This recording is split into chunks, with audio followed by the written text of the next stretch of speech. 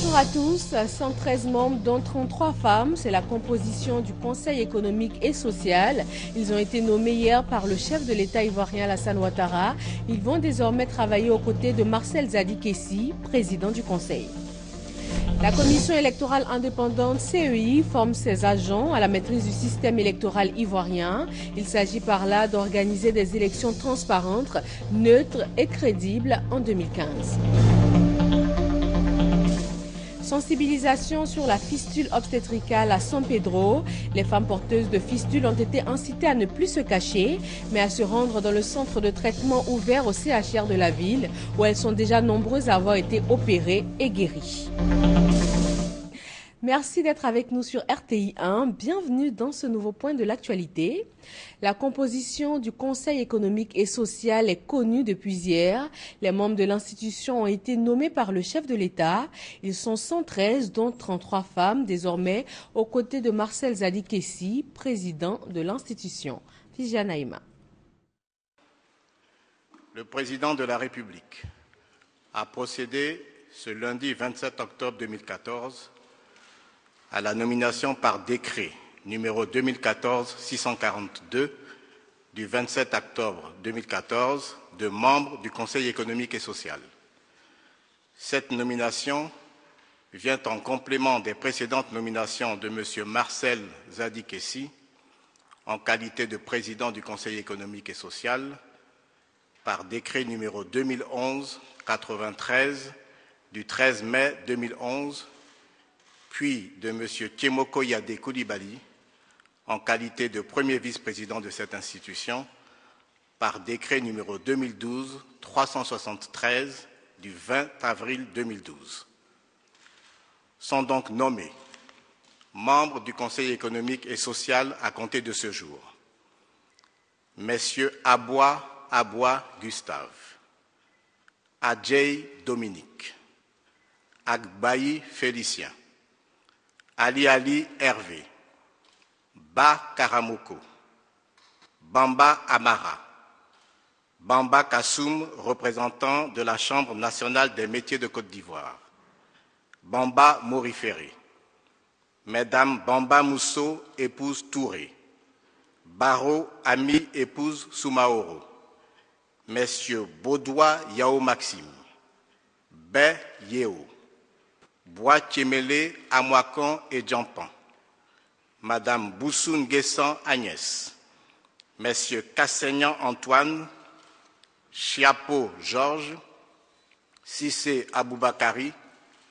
Sissé Daouda Salif, Kofi Magloire Clotaire, Madame Col Marie-Reine, épouse Koné, Monsieur Koulibaly Abdoulaye, Madame Koulibaly Madjara Yao, Messieurs Koulibaly Wamien, Koulibaly Sunkalo dit Charles Sanga, Madame Courcio Jennifer Flora, épouse Rouba, Messieurs Dako Zawi Thomas, Delafosse René, Dambélé Sori, Monsieur Diabagaté Aliadji, Mesdames Diagou Janine Bénédicte, épouse Vaudier, Diakité Fatoumata, épouse Kanaté, Messieurs Diallo Amadou, Diomandé Drissa, Madame Diop Louise Aminata, Messieurs Djouka Anzeni, Ekra Alain,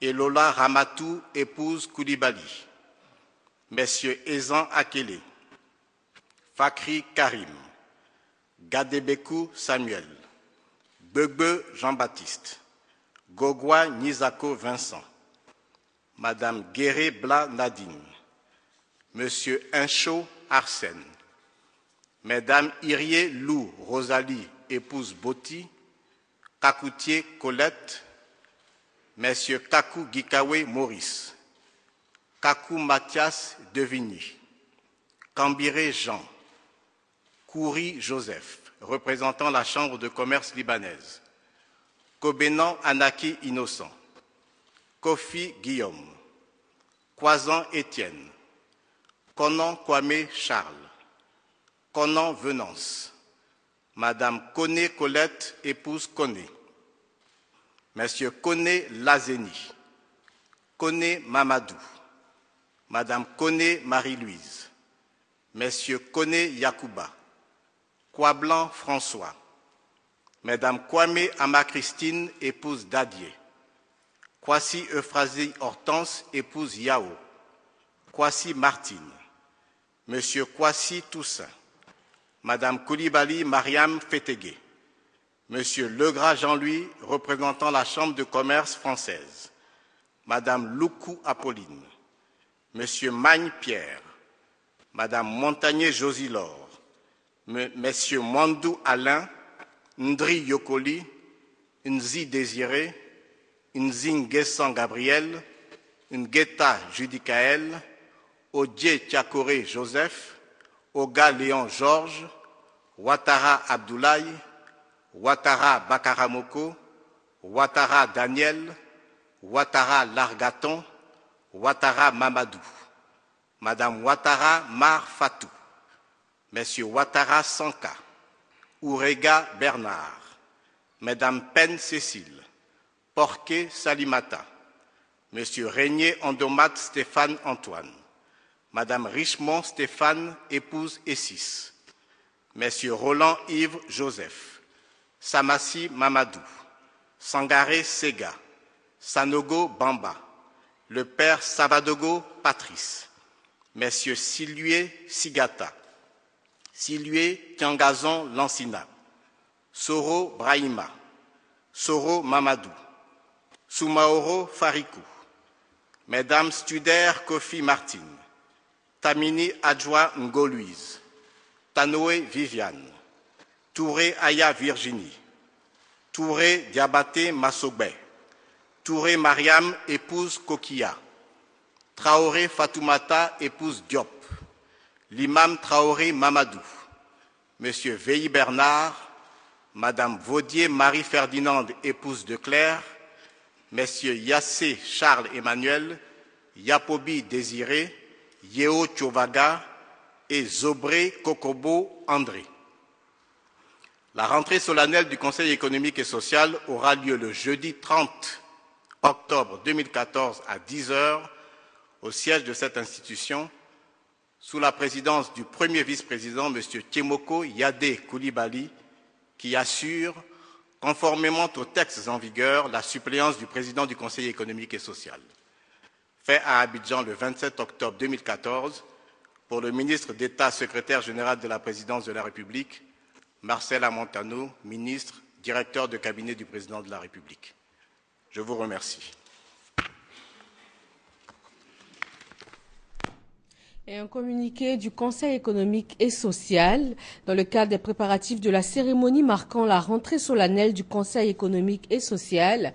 Monsieur le Premier vice-président prie mesdames et messieurs les conseillers économiques et sociaux de bien vouloir se présenter le mercredi 29 octobre 2014 de 9 h à 17 h au siège de l'institution 6 au plateau pour affaires les concernant. Le présent communiqué tient lieu de convocation individuelle. Fait à Abidjan le 27 octobre 2014, le secrétaire général. Lancement des travaux de bitumage de la route Bouna-Doropo dans le nord-est de la Côte d'Ivoire, à la frontière ivoiro-burkinabé. Longue de 91 km, cette route va coûter 41 milliards de francs CFA et elle va être livrée exactement dans 26 mois. Abou Sanogo. Depuis 17 ans, les usagers de la route Bouna-Doropo, frontière Burkina Faso, se plaignent du mauvais état de cette route qui leur cause d'énormes désagréments à cause de son état de dégradation. Il y a beaucoup de trous, il y a beaucoup d'accidents. Ça nous fatigue très bien même. Bouna-Doropo, c'est 50 km et on fait 4 heures de temps. C'est pas normal. Le premier coup de pioche qui marque le démarrage des travaux de bitumage de cet axe par le Premier ministre Daniel Kablan-Duncan est un soulagement pour les populations du Boumkani. Avec l'avènement du président Alassane, aujourd'hui, nous avons cette route. Vraiment, nous saurons comment lui dire merci. C'est un élément essentiel pour nous et nous tenons vraiment à dire merci au président de la République. C'est une route communautaire, longue de 91 km. Son bitumage va favoriser l'accroissement des échanges commerciaux dans l'espace CEDEAO et en particulier entre la Côte d'Ivoire et le Burkina Faso. Cette route qui passe par Doropo comprendra 2 fois une voie avec une largeur de chaussée de 7 mètres et 2 accotements de 1,50 m chacune. Lorsque ces travaux seront terminés, il ne faudra pas plus de 7 heures de train pour relier Ouaga à Abidjan. Non seulement la route frontière du Burkina, Doropo, Bouna va être bitumée, mais également les routes Agnibelekrou, Abengourou, Komoé, Komoé, Akupé, Adzopé s'achèveront en même temps. Le projet de bitumage de l'itinéraire Bouna, Doropo, frontière Burkina Faso va coûter 41 milliards de francs CFA et sera livré dans 26 mois. C'est essentiel parce que ça permettra donc une synergie importante entre le Burkina Faso et la Côte d'Ivoire et le développement interrégional. Je le disais tantôt, le Burkina Faso est quand même le 10e client acheteur de la Côte d'Ivoire avec plus de 230 milliards de francs CFA. Et vous allez voir que dès que cette route sera faite, les échanges vont se développer d'abord dans la région, mais aussi avec le pays frère donc, du Faso. Ce projet est financé par la BOAD, la BADEA, le Fonds saoudien de développement, le Fonds koweïtien de développement et l'État de Côte d'Ivoire. Après le lancement de ces travaux de bitumage, le Premier ministre a procédé à l'ouverture du lycée technique de Bouaké. Il avait été fermé en 2002 et il revient de faire peau neuve grâce à un soutien financier de la Banque islamique de développement. Soro Corona, Kwadio Kwame. Le lycée technique de Bouaké rouvre ses portes. Détruit à la suite de la crise politico-militaire de 2002, cette école reprend ses activités grâce au projet d'appui au programme de reconstruction des infrastructures dans la zone centre-nord et ouest, REC-SENO.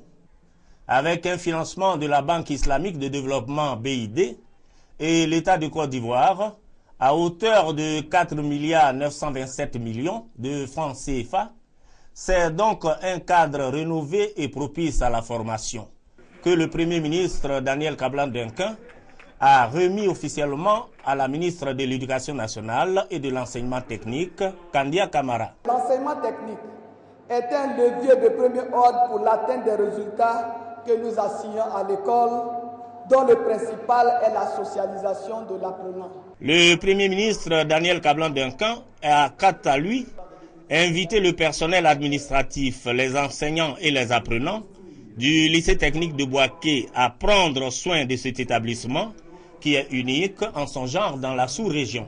Je voudrais donc, au moment où je vais remettre officiellement les clés du lycée technique de Bouaké à Madame le ministre, engager tous les acteurs, responsables administratifs, corps enseignants et élèves qui auront la charge de la gestion et de l'utilisation de cet ouvrage à relever le défi de l'entretien des locaux, de la maintenance des équipements en vue de la pérennisation des acquis du projet de réhabilitation et d'équipement de ce lycée qui est un lycée de référence. Le Premier ministre Daniel Kablan-Duncan et la ministre Kandia Camara, en compagnie du ministre de l'Industrie et des Mines, Jean-Claude Brou, ont visité le lycée technique de Bouaké qui va désormais se consacrer dans de meilleures conditions à la formation des futurs serviteurs de la nation. 70 enfants de 9 à 14 ans bénéficient d'un projet d'alphabétisation. C'est dans la commune d'Abobo. Ils sont dans des classes passerelles qui vont leur permettre de s'insérer dans le circuit normal de l'école. Victorine Yaoyowe. 70 enfants de 9 à 14 ans vont connaître la joie d'aller à l'école. Ces enfants sont de Biabou, un quartier de la commune d'Abobo. L'œuvre est de la mission luthérienne Melsima et du Conseil norvégien, deux organisations engagées dans le combat de la scolarisation des enfants à travers un projet dénommé Espérance pour tous. Ces 70 enfants, à cause de leur âge avancé, ne pouvaient intégrer le cycle normal de l'école. Solution toute trouvée, les classes passerelles, mécanismes mis en place pour donner une seconde chance aux enfants dans cette situation. Ce sont donc deux classes passerelles entièrement équipées qui sont offertes aux 70 enfants de Biabou. Ils pourront ainsi bénéficier d'une formation accélérée et intégrer par la suite le cycle normal de l'école. À Grand Bérébi, ce sont les élèves de 2 villages qui ont reçu des kits scolaires pour cette année scolaire 2014-2015. L'entreprise de coopérative Saint-Paul de Grand Bérébi veut ainsi encourager la scolarisation des enfants. Mamadou Kouassi. 700 kits scolaires aux élèves des écoles primaires publiques de Blédié et de Youasso, 2 villages de la sous-préfecture de Grand Bérébi, au sud-ouest de la Côte d'Ivoire. Le coût du don, environ 16 millions de francs CFA, offert par l'entreprise de coopérative de Saint-Paul de Grand Bérébi. Un soulagement pour les parents d'élèves 1 mois après la rentrée des classes. Selon le président du conseil d'administration de cette coopérative de café et de cacao, ces dons visent à encourager les enfants à bien travailler et à avoir de meilleurs résultats en fin d'année scolaire. Pour lui, la scolarisation de tous les enfants prônée par le gouvernement ivoirien doit être une réalité partout en Côte d'Ivoire. L'initiative de l'entreprise de coopérative Saint-Paul de Grand Bérébi est saluée par les acteurs du monde éducatif. Ils ont promis un bon usage de ces kits pour un meilleur résultat des élèves. Au cours de la cérémonie de remise des kits scolaires, des doléances ont été faites, notamment la construction et le logement d'enseignants et de latrines pour l'école. Les élèves n'ont pas été les seuls heureux de la journée. Leurs parents, producteurs de cacao, ont reçu leurs primes estimées à 56 millions de francs CFA. Des primes acquises grâce à la qualité de leurs produits au titre de l'année agricole 2013-2014. La commission électorale indépendante, CEI, forme les acteurs de son système. Il s'agit de leur faire connaître l'appareil électoral dans toute sa composante, au niveau administratif, financier et aussi la mise en pratique du système électoral choisi par la Côte d'Ivoire. Sidonie Davila. Dans 1 an, les Ivoiriens se rendront dans les urnes pour élire à nouveau leur président. Pour que cette échéance soit une réussite, la Commission électorale indépendante, CEI, veut créer les conditions propices à une stabilité pendant et après les élections en 2015. Parmi celles-ci, on note la formation des principaux acteurs. Ce présent séminaire sur l'administration électorale, planification stratégique et financière des systèmes électoraux vient à point nommé pour donner aux acteurs clés de s'imprégner des différents rudiments. Devant l'ampleur de la tâche, l'importance des défis et conscient de ce que la formation est la clé de toute réussite, la Commission électorale indépendante a aussitôt programmé des séances de formation et de mise à niveau des acteurs que sont les commissaires centraux. Je suis convaincu qu'au sortir des présentes assises, vous serez davantage familiarisés avec l'administration électorale dans ses différents aspects. Partageant le souci de voir réussir l'organisation des élections dans un environnement apaisé en 2015, les partenaires associés à l'initiative de la CEI réaffirment leur disponibilité et leur engagement. Je suis heureuse d'être là pour non seulement marquer encore notre solidarité, mais également vous réitérer une fois encore notre disponibilité à vous accompagner pendant les 3 années à venir à travers notre partenaire, la Fondation internationale pour le système électoral, IFES. Après 4 jours de travaux, les bases d'une planification stratégique seront ainsi jetées à travers cette nouvelle vision de la gestion des élections en Côte d'Ivoire que veut implanter la nouvelle CEI. La coopération ivoiro-israélienne s'enrichit d'un nouveau mémorandum d'entente. Il s'agit d'établir des consultations bilatérales entre le ministère des Affaires étrangères de la Côte d'Ivoire et celui d'Israël. Des explications avec Hervé Blé et Kader Ouattara. Le mémorandum d'entente signé ce début de semaine entre les parties ivoiriennes et israéliennes permet l'établissement de consultations bilatérales entre les ministères des Affaires étrangères de Côte d'Ivoire et d'Israël.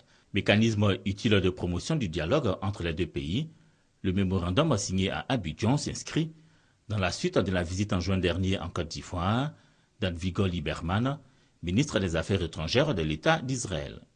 Cet accord va encore plus renforcer les grands liens d'amitié qu'il existe entre nos deux pays et nous permettra de mieux travailler ensemble.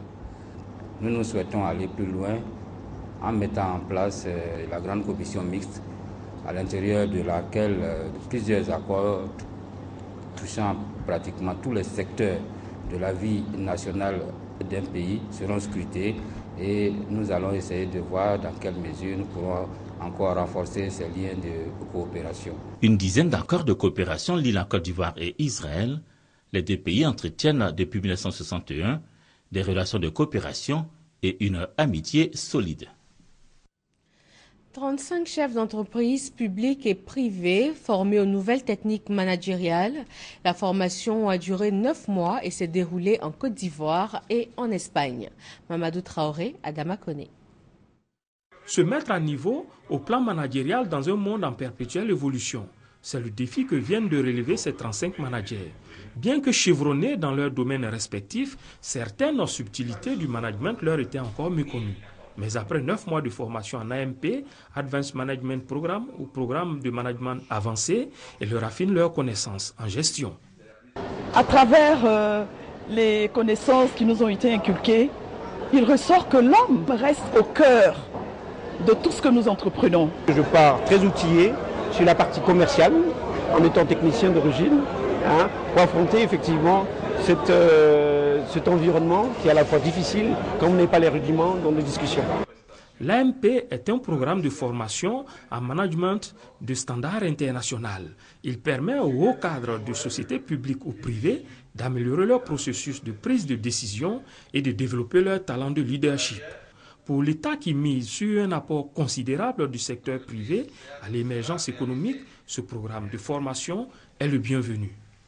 L'émergence, c'est avoir des hommes et des femmes de très haut niveau, capables de conduire leurs entreprises pour conquérir de nouveaux marchés, d'être présents sur les marchés internationaux, mais aussi présents sur les marchés nationaux, d'être innovants, d'être dynamiques. Et ça nous garantit l'émergence. L'AMP est le fruit de la collaboration entre les Business School Management et Développement d'entreprises basées en Côte d'Ivoire et l'ISC de Barcelone, en Espagne. Il a vu le jour en février 2011. Les jeunes filles de Daloa, dans le centre-ouest de la Côte d'Ivoire, initiées à l'entrepreneuriat, un projet de l'Union européenne qui vise à leur donner une certaine autonomie financière. Mamadou Kwasi. Elles sont au total 60 filles de diverses couches sociales de la ville de Daloa, bénéficiaires d'une formation qualifiante d'aide-soignante, de caissière et d'auxiliaire en pharmacie. Pendant 5 mois, elles ont été formées aux techniques de ces différents métiers. Aujourd'hui, ces filles reçoivent leur diplôme sanctionnant la formation théorique. Place désormais à la pratique à travers des stages dans plusieurs structures de Daloa. Cette formation des filles s'inscrit dans le cadre de la mise en œuvre du projet RESFI, Réseau éducatif et social pour les femmes ivoiriennes. Un projet financé par l'Union européenne et exécuté par l'ONG VIF. L'objectif de cette formation est d'assurer une insertion socio-professionnelle des femmes, ainsi que leur autonomisation financière. Le chef du projet, Étienne Nebout, et la représentante du préfet de région de Daloa ont exhorté les filles à s'appliquer, car des stages déboucheront des emplois. Ils ont également demandé au cadre de la région de s'impliquer dans la formation des filles pour juguler le taux de chômage dans la région de Haut-Sassandra. Troisième session ordinaire du Conseil régional de l'Agnébi-Tiassa dans le département d'Agboville. Occasion de faire le bilan des activités réalisées et de celles en cours. Le Conseil a également dégagé les perspectives pour l'année à venir. Le reportage est signé Chantal Akandan. En vue de parfaire et de consolider les travaux en cours de réalisation dans la région de l'Agnébi-Tiassa, les conseillers régionaux ont visité les chantiers pour constater l'avancement des travaux. 8 chantiers sont en voie d'achèvement pour l'année 2014. Le Conseil régional de l'Agnébi-Tiassa a tenu sa 3e session ordinaire dans le département d'Agboville en vue de faire l'état des lieux de ses activités. Nous avons commencé par Tabou. Là-bas, nous avons vu les tables-bancs qui ont été livrés au nombre de 250 pour les établissements primaires. À Iremou 2, le Conseil est en train de construire 3 classes plus un bureau. Ndouci, où nous avons visité aussi, nous avons vu les tables-bancs du primaire au nombre de 130. À Sikensi, la brigade de gendarmerie est en pleine réflexion. Le président du conseil régional, Martin Nando Mbolo, a promis le démarrage prochain d'autres projets. J'ai reçu de la direction des marchés publics que j'ai fini de signer, donc les entrepreneurs auront à leur disposition les marchés. D'ici une semaine, 10 jours maximum, les autres chantiers devraient effectivement commencer dans la région. Le président du conseil régional a souligné que tous les 4 départements de l'Agnébi-Tiassa vont bénéficier d'une centaine de projets prévus pour l'année 2014-2015, dont le coût global s'élève à près de 2 milliards de francs CFA. Et les secteurs de l'éducation, de la sécurité et des infrastructures économiques sont concernés. La décharge d'Aquedo ferme bientôt ses portes. Un nouveau site de 100 hectares situé à une quarantaine de kilomètres d'Abidjan sur l'autoroute du Nord va désormais accueillir les déchets ménagers. Les responsables de la structure chargée de la gestion de ce site sont allés à la rencontre du ministre de l'Environnement. Moussa Konaté, Franck Wadio. Une vaste étendue de terre, 100 hectares de verdure et une large ouverture dans le sol. Non loin du village de Kossiouin, à 40 km d'Abidjan, ce site abritera la prochaine décharge des ordures du district d'Abidjan. Il sera géré par Wisa Solutions, consortium américain désormais garant de la gestion intégrée des déchets ménagers du district d'Abidjan. This is a location where we can take the waste from Aquedo and... Ce site sera utilisé en remplacement d'Aquedo. Une fois que les ordures seront déversées ici, ce sera le fruit d'une ingénierie vraiment de haute qualité, de telle sorte qu'il n'y ait pas de risque pour la communauté. Il s'agit d'enterrer les ordures. Mais pour les enterrer, il faut les trier au préalable. Parce que en les triant, ça permet de les élaguer, de sortir tout ce qui est fer, bois, qui peuvent servir à autre chose. Je pense que nous allons faire un travail sérieux pour qu'on ne voit plus ce que nous vivons aujourd'hui à Aquedo. L'exploitation du site durera 50 ans, mais avant la visite des lieux, une rencontre avec le ministre de l'Environnement, de la Salubrité urbaine et du Développement durable. On a décidé que cette partie de l'activité soit vraiment accélérée pour que nous puissions très rapidement sortir donc d'Aquedo, libérer les populations qui y vivent, mais également aussi traiter, et pour ne pas dire mettre nos déchets en décharge de manière écologique et suivant les standards internationaux et les normes qui sont actuellement en vigueur. Le consortium américain Wisa Solutions a été retenu suite à un appel d'offres international en octobre 2013. Les activités démarreront dans 5 mois. Parlons santé avec les journées de sensibilisation sur la fistule obstétricale dans les différents quartiers de la ville de San Pedro. Les femmes porteuses de fistules ont été informées et sensibilisées sur leur mal. Elles sont incitées à ne plus se cacher, mais à se rendre dans le centre de traitement ouvert au CHR de la ville. Thérèse Tapé-Yoboué. Il y a de l'espoir pour les femmes porteuses de fistules. Un centre de traitement de la maladie vient d'ouvrir ses portes au CHR de San Pedro. Sur 19 femmes porteuses de la maladie, 12 ont été opérées avec succès. Ces cas ont été présentés par l'ONG Aprosam. On demande à toutes les femmes de sortir, de ne plus se cacher de cette maladie parce qu'on guérit de la fistule à San Pedro et ailleurs en Côte d'Ivoire. Les 12 femmes guéries vont être suivies par l'UNFPA et l'IBF. Elles vont en outre bénéficier de fonds pour mener des activités génératrices de revenus.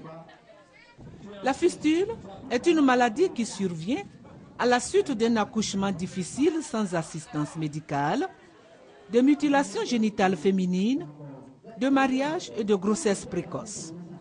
Conséquence, les fistuleuses font des pertes incontrôlées d'urine, entraînant des odeurs nauséabondes. D'où le nom de la maladie de la honte. Pour permettre aux porteuses de fistules de ne plus se cacher, des journées de sensibilisation sur la maladie ont eu lieu dans plusieurs quartiers de San Pedro. Principal message aux populations, la fistule peut être soignée et guérie. Un mot de religion, le diocèse d'Agboville s'enrichit d'une nouvelle paroisse. La paroisse Saint-Denis de Broubou a donc célébré sa messe de rentrée. C'était le dimanche dernier. Éric Goré, Serge Gangoma. La chapelle de Broubrou, un village du département de Tiassalé, érigé en paroisse depuis le 29 juin 2014, fait sa première messe de rentrée paroissiale. Occasion pour l'abbé Clément, curé de la paroisse, d'exhorter les fidèles à garder la foi, car, selon lui, l'Esprit de Dieu veille sur le village. Aujourd'hui, nous avons marqué historiquement cette paroisse. C'est le signe de la réconciliation, de l'unité de tous les fils du village pour un développement déjà du village. C'est une joie. Nous disons merci à Dieu qui vient à notre rencontre pour faire de ce village désormais une priorité de son cœur. Les enfants de la sous-préfecture, quant à eux, considèrent cet événement comme un appel des fils et filles à l'entendre. Ils ont dit leur joie. L'Église avance nous aussi nous devons avancer, nous devons nous unir et nous devons taire nos palabres et s'unir pour développer notre région, la région Aïan-Langwa du département de Tia-Salé. C'est une grande joie parce qu'on s'est battus, les 4 sont battus. Nous sommes 3 villages.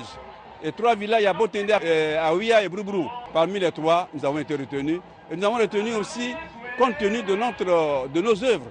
Au cours de cette rentrée paroissiale, 47 fidèles ont été baptisés. Ils ont pris leur première communion en présence du vicaire général du diocèse d'Agoville. Ouverture de l'Abissa 2014 ce dimanche. C'est un rendez-vous festif culturel qui marque la nouvelle année chez le peuple Nzima Kotoko. Venus des 4 coins du pays, les adeptes de cet événement culturel ont participé à la cérémonie d'ouverture. Et voilà, ces images de l'Abissa mettent fin à ce 13h. Merci de votre attention. Prochain point de l'actualité, 18h sur RTI1.